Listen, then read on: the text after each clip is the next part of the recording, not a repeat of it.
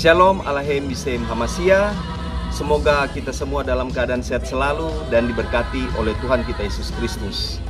Pertama-tama saya secara pribadi mengucapkan terima kasih kepada Bapak Ibu Saudara sekalian pencinta YouTube yang telah menyaksikan channel YouTube saya ini. Semoga kita senantiasa selalu diberikan kesehatan, kekuatan, panjang umur, dan jangan lupa like, subscribe, share di kolom komentar yang ada di bawah ini. Baik Bapak Ibu Saudara sekalian, kita akan baca Alkitab, dan pembacaan Alkitab kita terdapat di dalam kitab 2 Timotius 3 ayat 2 hingga ayat yang kelima. 2 Timotius 2 ayat 2 hingga ayat yang kelima. Firman Tuhan demikian. Manusia akan mencintai dirinya sendiri dan menjadi hamba uang. Mereka akan membual dan menyombongkan diri. Mereka akan menjadi pemfitnah. Mereka akan berontak terhadap orang tua dan tidak tahu terima kasih. Tidak memperdulikan agama, tidak tahu mengasihi, tidak mau berdamai, suka menjelekkan orang, tidak dapat mengekang diri, garang, tidak suka yang baik, suka mengkhianat, tidak berpikir panjang, berlagak tahu, lebih menuruti hawa nafsu daripada menuruti Allah. Secara lahiriah mereka menjalankan ibadah mereka, tetapi pada hakikatnya mereka memungkiri kekuatannya. Jauhilah mereka itu. Bapak Ibu Saudara sekalian, dalam pembacaan Alkitab kita ini, di dalam kitab 2 Timotius 3, saya mengambil tema yaitu keadaan manusia pada akhir zaman. Memang zaman ini sudah semakin hari sudah semakin berubah. Bukan nanti zaman sekarang, zaman para rasul, masih zaman Tuhan Yesus masih hidup. Memang keadaan manusia ketika zaman mulai berubah, ya manusia itu kebanyakan sudah meninggalkan Tuhan. Apalagi kalau kita lihat saat ini, banyak sekali kesibukan dunia yang dilakukan orang. Pekerjaan, mereka bekerja dengan kerja keras, bekerja dengan sungguh-sungguh. Bekerja itu adalah nilai ibadah yang baik. Tetapi ingat, jangan sampai kita terlalu banyak bekerja, fokus bekerja, tetapi kita lupa untuk berdoa. Kita lupa untuk belajar firman Tuhan. Kita hanya mementingkan kepentingan diri kita sendiri, mementingkan akan kepentingan keluarga, tetapi kita lupa akan Tuhan. Kita harus belajar merubah. Di dalam pembacaan Alkitab kita ini keadaan manusia pada akhir zaman. Di dalam 2 Timotius 3 ayat 2 dikatakan, manusia akan mencintai dirinya sendiri. Nah itu, mencintai dirinya sendiri, sudah tidak memperdulikan orang lain, sudah tidak ada cinta kasih. Istilah orang, siapa, kalau orang Manado bilang, siapa ngana siapa kita. Jadi kita harus melihat bahwa semuanya itu harus kita jauhkan. Kita harus lebih mendekatkan diri kepada Tuhan Yesus. Jangan kita terlalu mencintai diri kita sendiri, akhirnya kita lupa akan Tuhan. Ayat selanjutnya, dan menjadi hamba uang. Hamba uang terlalu bekerja dengan keras, mengumpulkan banyak harta di dunia. Tetapi ingat Bapak Ibu Saudara sekalian, hidup kita ini singkat. Apapun itu, apapun menjadi alasan kita, hidup kita singkat. Jangan kita gunakan waktu kita dengan sia-sia. Carilah Tuhan maka kamu akan hidup. Carilah Tuhan, maka semuanya itu akan ditambahkan kepadamu. Ingat Bapak Ibu Saudara sekalian, berkat itu adalah ujian. Ketika kita mendapatkan berkat, ketika kita berlebihan, kita harus menolong sesama kita. Sesama kita ketika melihat orang lain dalam keadaan susah, kita harus menolong, membantu dia, meringankan setiap beban yang ada. Jangan kita jadi hamba uang, sehingga kita lupa diri. Istilah orang bilang lupa diri, lupa akan Tuhan. Semuanya ini karena cinta kasih Tuhan. Kita punya berkat, kita punya segalanya karena adalah anugerah Tuhan. Karena Tuhan Yesus mencintai kita. Apa yang harus kita berikan kepada Tuhan? Kasihlah Tuhan Allahmu dengan segenap hatimu, dan dengan segenap jiwamu, dan dengan segenap akal budimu. Bukan cuma itu. Apa kata firman Tuhan? Kasihilah sesamamu manusia seperti dirimu sendiri. Berarti kita jangan egois.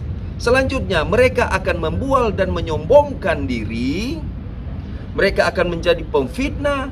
Mereka akan berontak terhadap orang tua dan tidak tahu berterima kasih, tidak memperdulikan agama. Akhirnya keluar dari jalurnya Tuhan, terlalu mencintai diri sendiri. Ketika punya berlebihan, punya uang banyak, punya kekuasaan, akhirnya lupa. Dan orang di sekitarnya itu, dia menganggap bahwa dia lebih dari segalanya. Hati-hati ketika manusia mengalami zona nyaman. Ketika dia mengalami kesuksesan, ketika dia mengalami kejayaan, semuanya itu adalah milik Tuhan. Kita hanya tertuju kepada Tuhan. Hidup kita hanya tergantung kepada Tuhan. Tanpa Tuhan kita tidak ada apa-apanya. Hidup ini, nafas ini mahal. Nafas ini milik siapa? Milik Tuhan. Kita diciptakan, dijadikan sehingga kita jadi manusia. Dan itu seizinnya Tuhan. Kalau tidak seizinnya Tuhan, kita tidak bisa bergerak, bisa hidup, dan kita tidak akan berhasil. Jangan kita sombong, jangan kita egois. Sehingga ayat ini mengatakan anak-anak sudah tidak mau menghormati orang tua. Orang Manado bilang pandang enteng. Sudah tidak ada rasa kasih terhadap orang tua. Sudah tidak ada rasa kasih terhadap sesama.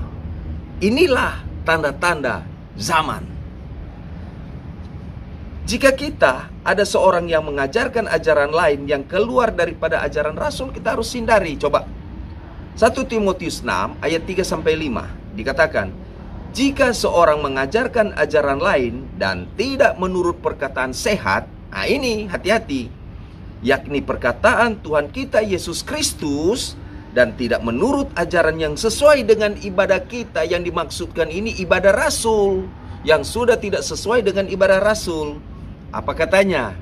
Ia adalah seorang yang berlagak tahu, padahal tidak tahu apa-apa. Nah itu, penyakitnya ialah mencari-cari soal dan bersilat kata, yang menyebabkan dengki, cidra, fitnah, curiga, percekcokan antara orang-orang yang tidak lagi berpikir sehat, dan kehilangan kebenaran. Yang mengira ibadah itu adalah suatu sumber keuntungan uang. Jadi dia cuma melayani Tuhan karena uang. Hati-hati hamba Tuhan. Kalau kita berada seperti ini, kita harus banyak berdoa. Kita harus kembali ke jalan Tuhan. Karena hidup kita ini hanya untuk melayani Tuhan. Jangan kita pintar menyampaikan firman, tetapi aplikasi tidak ada. Jangan kita pintar hafal ayat, tetapi ke cara hidup kita, ortopraksia kita itu tidak benar. Jangan kita sama dengan orang Farisi, ahli agama, menunjukkan bahwa kita ini adalah orang pintar, orang ahli agama, seorang hamba Tuhan, seorang pendeta. Tetapi akhirnya kita congkak, sombong. Alkitab bilang apa? Berlagak tahu padahal tidak tahu apa-apa. Penyakitnya mencari soal. Ketika ada orang yang lebih dari dia ingin menjatuhkan orang. Ketika ada orang yang mungkin wow begitu, mulai cari soal. Ujung-ujungnya uang. Bapak ibu saudara sekalian, kembali lagi, kita buang segala manusia lama kita. Kita buang itu semua. Karena apa? Yesus telah merelakan dirinya mati untuk kita. Ketika dia hidup di dunia, Sang Firman yang telah menjadi manusia turun ke dunia untuk menyelamatkan kita manusia, agar supaya kita manusia beroleh keselamatan. Tetapi keselamatan itu menjadi bagian dalam hidup kita. Kalau keselamatan itu sudah menjadi bagian dalam kehidupan kita, kita harus hidup yang benar, hidup bersama Kristus Yesus. Kita harus hidup saling berdampingan antara satu dengan yang lain. Jangan kita jadi batu sandungan dalam pelayanan. Jangan kita jadi batu sandungan di dalam pekerjaan.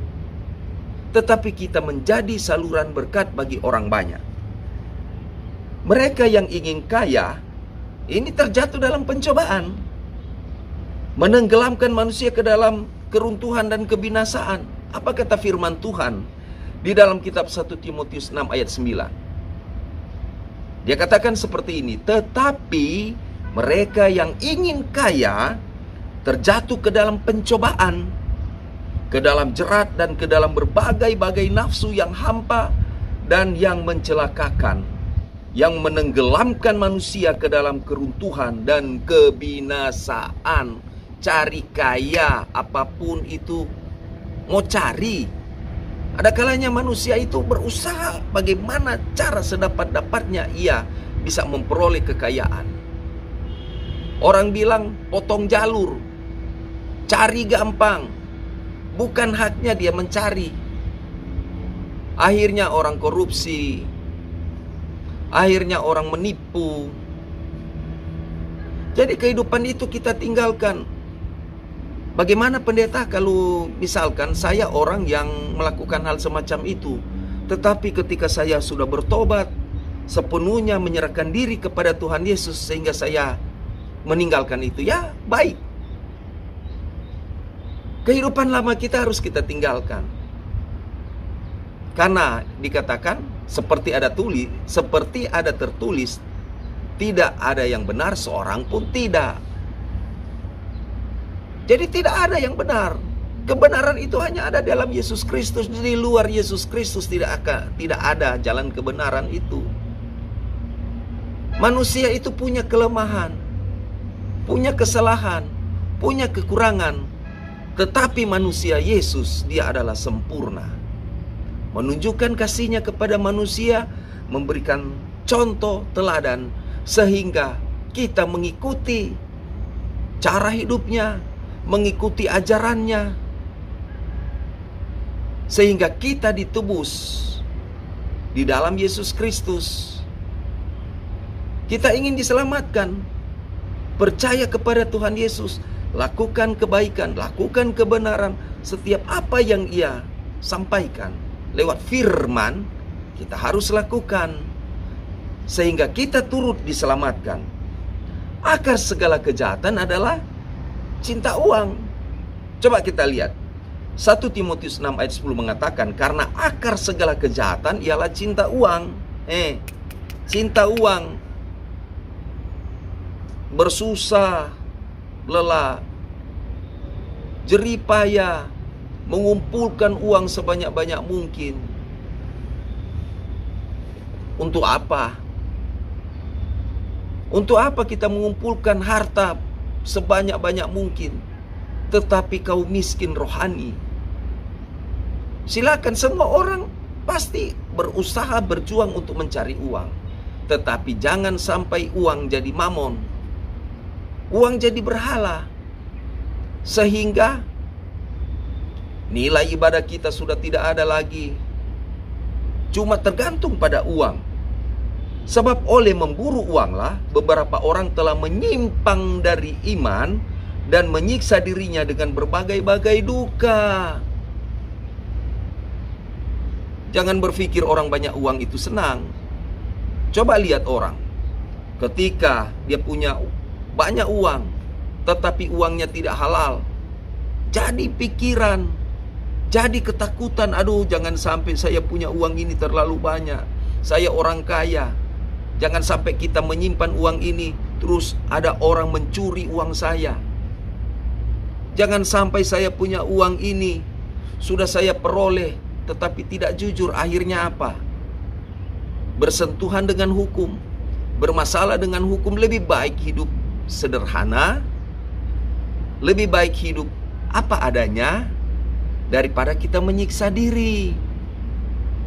Kalau kita menyiksa diri, berarti kita hanya terkungkung dengan dosa.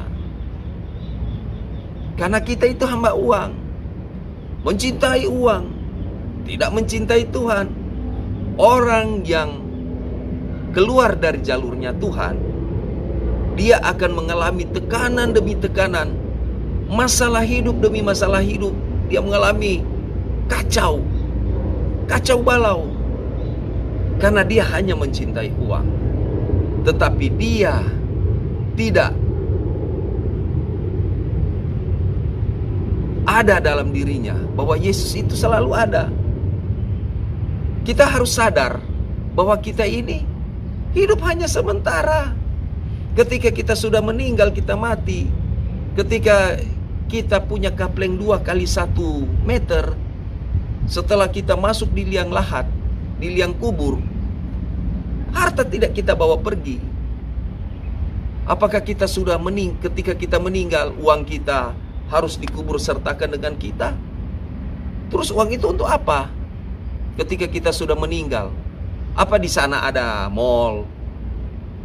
Apa di sana itu ada tempat-tempat untuk menyenangkan hati kita? Tidak seperti itu. Ya sudah, selesai. Karena harta itu tidak bisa kita bawa pergi. Pencuri bisa mencuri, bisa apa? Bisa termakan usia. Jadi jangan kita mencintai uang melebihi daripada cinta kasih Tuhan. Antikris akan datang dan mereka itu berasal dari kita. Tetapi mereka tidak sungguh-sungguh termasuk pada kita. Kalau berbicara tentang antikris, karena ini adalah hubungan manusia pada akhir zaman. Jadi antikris bukan berbicara itu orang-orang di luar sana yang tidak percaya Tuhan. Antikris itu adalah orang-orang yang sudah mengenal Tuhan, orang-orang Kristen yang sudah tahu kebenaran Tuhan, tetapi mereka menyimpang. Coba kita lihat di dalam kitab 1 Yohanes 2 ayat 18-19 mengatakan, "Anak-anakku, waktu ini adalah waktu yang terakhir. Dan seperti yang telah kamu dengar, seorang antikristus akan datang. Sekarang telah bangkit banyak antikristus." Nah, perhatikan baik-baik. Itulah tandanya bahwa waktu ini benar-benar adalah waktu yang terakhir. Memang mereka berasal dari antara kita. Ternyata antikris itu berasal dari kita. Tetapi mereka tidak sungguh-sungguh termasuk pada kita. Artinya apa itu? Tetapi mereka tidak sungguh-sungguh termasuk pada kita. Mereka adalah orang-orang Kristen, orang-orang yang sudah mengenal Tuhan Yesus, tetapi mereka tidak sungguh-sungguh beribadah. Mereka itu apa? Hidup di dalam Tuhan, tetapi cara hidupnya tidak benar. Mereka murtad. Nah, itu. Mereka tidak sungguh-sungguh termasuk pada kita. Sebab jika mereka sungguh-sungguh termasuk pada kita, jika mereka itu memang betul-betul ada di dalam Kristus, niscaya mereka tetap bersama-sama dengan kita. Berarti mereka apa? Menunjukkan sikap yang baik sebagai seorang Kristen yang baik, cara ibadah yang baik, cara ibadah yang benar. Bukan cuma ibadah, sikap tingkah laku sesuai mengikuti ajaran Tuhan, Tetapi masalahnya mereka itu tidak sungguh-sungguh. Mereka itu keluar dari ajaran Kristus sehingga mereka disebut antikris. Tetapi hal itu terjadi supaya menjadi nyata bahwa tidak semua mereka sungguh-sungguh termasuk pada kita. Kenapa? Karena Tuhan akan memisahkan mana kambing, mana domba, mana padi, mana ilalang. Itu disaring. Tuhan menyaring setiap orang. Mengapa Tuhan menciptakan surga neraka? Agar supaya ada isinya. Surga orang-orang yang benar, orang-orang yang takut akan Tuhan, orang-orang yang hidup di dalam Kristus Yesus. Neraka adalah orang-orang yang tidak benar, orang-orang yang keluar dari jalurnya Tuhan Yesus, orang-orang yang tidak taat pada firman Tuhan. Jadi jangan sampai kita masuk di dalam areal. Akhirnya kita masuk dalam api neraka. Satu saat kita akan berhadapan dengan pengadilan Kristus Yesus. Mengapa saya menyampaikan khotbah semacam ini? Saya memberitakan Injil agar supaya bisa membagikan untuk apa? Untuk diri saya. Tuhan mencatat setiap perbuatan baik kita. Entah baik, entah jahat. Hari ini saya menyampaikan firman. Tuhan mencatat setiap perbuatan kita, begitu juga Bapak Ibu Saudara sekalian. Apapun yang kita kerjakan, apapun yang kita lakukan, Tuhan mencatat. Sehingga kita harus memfokuskan diri kepada Tuhan Yesus. Hiduplah yang benar. Jadilah orang Kristen yang sungguh-sungguh taat dan setia. Karena memang hari-hari ini adalah hari-hari jahat. Jangan kita main-main. Karena kita tidak tahu kapan waktunya. Mungkin hari ini, mungkin besok kita sudah tidak ada lagi di dunia ini. Tetapi kalau kita tidak punya amal kebaikan, apa yang harus kita bawa? Selain kita membawa kebaikan kita, sehingga kita turut diselamatkan, bukan cuma baik, tidak cukup. Setiap perbuatan-perbuatan yang sesuai dengan firman Tuhan. Jangan lekas-lekas mengikuti Injil yang lain yang membawa pada penyesatan. Apa kata firman Tuhan dalam Galatia 1 ayat 6-9? Dikatakan, aku heran bahwa kamu begitu lekas berbalik daripada Dia yang oleh kasih karunia Kristus telah memanggil kamu dan mengikuti suatu Injil lain. Ternyata ada Injil yang lain. Ini kitab Galatia ini. Ada Injil yang lain. Ini kata Rasul Paulus, ada Injil yang lain yang sebenarnya bukan Injil, berarti Injil palsu. Hanya ada orang yang mengacaukan kamu dan yang bermaksud untuk memutarbalikkan Injil Kristus, berarti kelihatan seperti Injil tetapi bukan Injil yang disampaikan oleh para rasul. Lewat apa? Ajaran rasul. Karena rasul itu mereka menyaksikan langsung tentang sang firman itu, tentang Yesus itu. 1 Yohanes 1 ayat 1, apa yang kami lihat, apa yang rasul lihat, apa yang kami saksikan, apa yang rasul saksikan tentang sang firman itu, tentang Yesus itu, itulah yang kami tuliskan kepadamu, sehingga ajaran itu turun ke kita. Tetapi dikatakan ini seperti Injil tetapi bukan Injil, berarti Injil palsu. Selanjutnya, hanya ada orang yang mengacaukan kamu dan yang bermaksud untuk memutarbalikkan Injil Kristus. Ternyata mereka ingin melencengkan ajaran kekristenan sehingga jadi sesat. Tetapi sekalipun kami rasul atau seorang malaikat dari sorga yang memberitakan pada kamu suatu Injil yang berbeda dengan Injil yang telah kami beritakan kepadamu, terkutuklah dia. Artinya dalam bahasa Yunani, anatema, terkutuklah.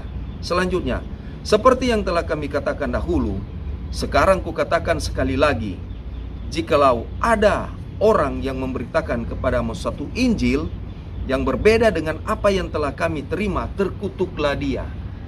Jadi hati-hati, karena ada ajaran yang menyesatkan. Ajaran yang keluar daripada kekristenan adalah ajaran yang sesat, ajaran yang sudah tidak mengikuti ajaran Rasul. Karena memang akhir zaman ini, tanda-tanda akhir zaman ini sudah mulai, ya, sudah mulai nyata di depan mata kita. Karena ada nabi-nabi palsu menyampaikan berita Injil, tetapi Injil yang sudah keluar daripada Injil yang diberitakan oleh para rasul. Kita harus awas-awas, kita harus lebih mendekatkan diri kepada Tuhan. Sebab dikatakan, awasilah dirimu sendiri, awasilah ajaranmu. Seperti dalam 1 Timotius 4 ayat 16 mengatakan, awasilah dirimu sendiri dan awasilah ajaranmu. Bertekunlah dalam semuanya itu, karena dengan berbuat demikian, engkau akan menyelamatkan diri dan semua orang yang mendengar kamu. Berarti hati-hati, berawas-awaslah. Kita harus jaga diri kita. Ketika ada ajaran sesat masuk, kita harus lebih baik kita menghindar. Lebih baik kita menjauh, karena ajaran itu sudah melenceng dari kebenaran firman, agar supaya kita tidak tersesat. Jika ada orang datang kepada kita dan ajarannya tidak mengikuti ajaran Rasul, jangan kita menerima di rumah. Apa kata 2 Yohanes 1 ayat 10 sampai 11 mengatakan, jikalau seorang datang kepadamu dan ia tidak membawa ajaran ini, ajaran Rasul, janganlah kamu menerima dia di rumahmu, dan janganlah memberi salam kepadanya. Memang keras ini ayat ini. Sebab barang siapa memberi salam kepadanya, ia mendapat bagian dalam perbuatannya yang jahat. Makanya hati-hati ketika ajaran itu sudah melenceng daripada ajaran Rasul, ketika ajaran itu sudah tidak sesuai dengan firman Tuhan. Kita sebagai pendengar firman Tuhan, kita dengar terus kita bilang amin, berarti kita turut di dalam kesesatan. Makanya dikatakan, sebab barang siapa memberi salam kepadanya, ia mendapat bagian dalam perbuatannya yang jahat. Hati-hati. Karena apa? Pergaulan yang buruk merusak kebiasaan yang baik. 1 Korintus 15 ayat 33. Jadi kalau kita bergaul dengan orang-orang yang sudah keluar dari ajaran firman Tuhan, kita turut tersesat. Makanya kita setiap hari belajar firman, setiap hari kita belajar firman. Bapak Ibu Saudara sekalian, kita jadilah pelaku firman. Jadilah orang yang baik. Jangan kita mudah terpengaruh dengan keadaan dunia yang saat ini. Sebab sesuai dengan tema saya, yaitu keadaan manusia pada akhir zaman. Memang ini sudah terjadi. Apa yang harus dilakukan kita sebagai orang Kristen? Kita harus berawas-awas. Kita menjaga ajaran kita. Kita harus menjaga iman kita, agar supaya kita turut diselamatkan dalam Tuhan kita Yesus Kristus. Roma 10 ayat 17. Iman timbul dari pendengaran, dan pendengaran akan firman Kristus. Jadilah pelaku firman. Jangan kita mudah terombang-ambing dengan rupa-rupa pengajaran. Karena memang tawaran dunia itu begitu indah dalam kehidupan kita. Jangan sampai kita yang sudah bersusah lelah, rajin ibadah, rajin berdoa, rajin baca firman, akhirnya kita sendiri tersesat. Karena kita apa?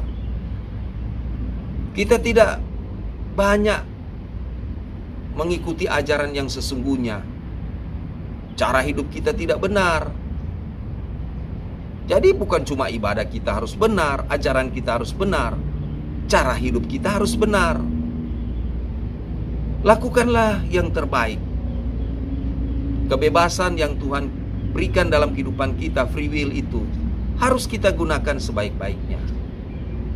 Percayalah, ketika kita menyerahkan hidup kita kepada Tuhan Yesus, maka Tuhan Yesus senantiasa menjaga, menolong kita, memberkati keluarga kita, memberkati pekerjaan kita, memberkati masa depan kita, usaha kita, apapun yang kita kerjakan, lakukan, kau harus taruh di hadapan Tuhan.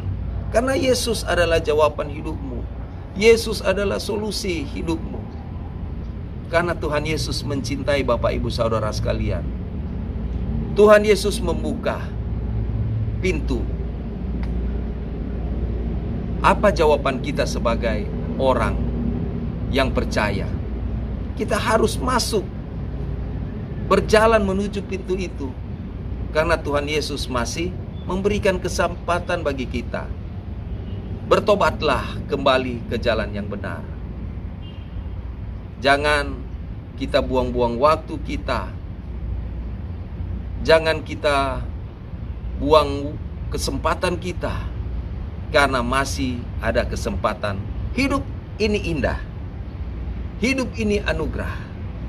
Ketika kita menyerahkan hidup kita kepada Tuhan Yesus. Semoga renungan yang pendek ini dapat memberkati kita semua. Jika ada kata-kata yang salah, saya Pendeta Ronald Lamei mohon maaf sebesar-besarnya.